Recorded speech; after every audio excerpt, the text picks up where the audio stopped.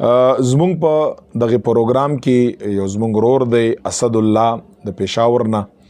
او هغه تپوس کړی دی دام ډېر ښایسته تپوس یې کړی تپوس یې دا کړی دی چې مفتي صاحب مونږ کورونه چې کوم دي هغه خامخا داسې کورونه دي چې په هغې کې د پلار دوه درې رونه یعنې ترونه پکې اوسیږي او د هر تره د هغې بچی هم وي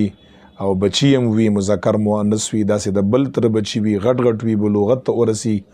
نو دا کزن چې کومه دا کزن د سړي کزن چې کومه د هغې سره مونږ میل ملاپ راځي یو کور دی نو مسله یې دا کړې چې آیا هلک دپاره په یو کور کې خپله تر لور چې هغې ته کزن ویل کېږي چچازاد ورته ویل کېږي هغې سره میل ملاپ لاس میلاول یا ماموزاد چې کوم دی یا خالازاد دی یا پوپیزاد دی جنې راشي ماما کره راشي یا تره کره راشي یا ترور کره راشي او هغه بالغ وي او د هلک هم بالغ وي نو آیا هغې سره میل ملاپ لاس میلاول شرعاً د دې څه حکم دی دا یاد لرئ دا کوم اسد الله چې دی د پېښور نه کوم تپوس کړی دی ټول لاول خو اسلام چې کله انسان بالغ شي مکلف شي که هغه ماشوم وي که هغه ماشومه وي یعنې که هلک وي که جنۍ وي نو هغه د اسلام په احکامو باندې مکلف شي چې کوم اسلام جنۍ دپاره یو عام ښځې دپاره د پردې حکم دی هغه پردې حکم دته متوجي شي داسې هلک دپاره د حیا حکم دی هغه حیا د سترګو د نظر د خیال ساتنې حکم دغې هلک تم چې دی هغه متوجي شي مکلف شي پس د بلوغت نه نو مسله دا ده چې اگر چې زمونږ او ستاسو کورونه دي زمونږ او ستاسو داسې کورونه چې په هغې کې دوه ترونه یا درې ترونه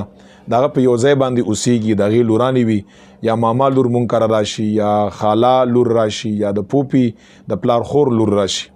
او هغه بالغ وي نو هغې سره د کزن د تره زوی میل ملاپ بالکل شرعاً ناجایز دی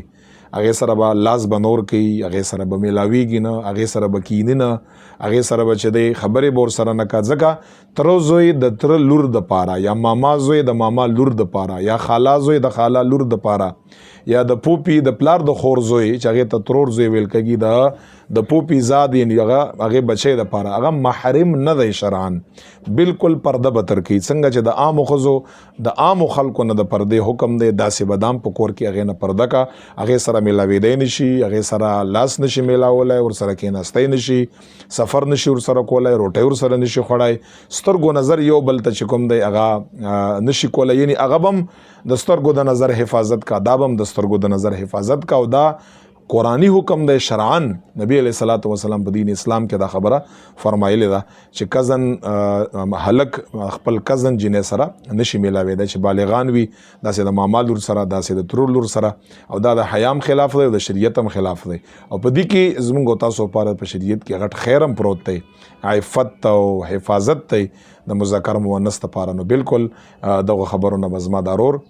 زما د جواب به اورېدلی هغې نه به بالکل دی اجتناب به کوي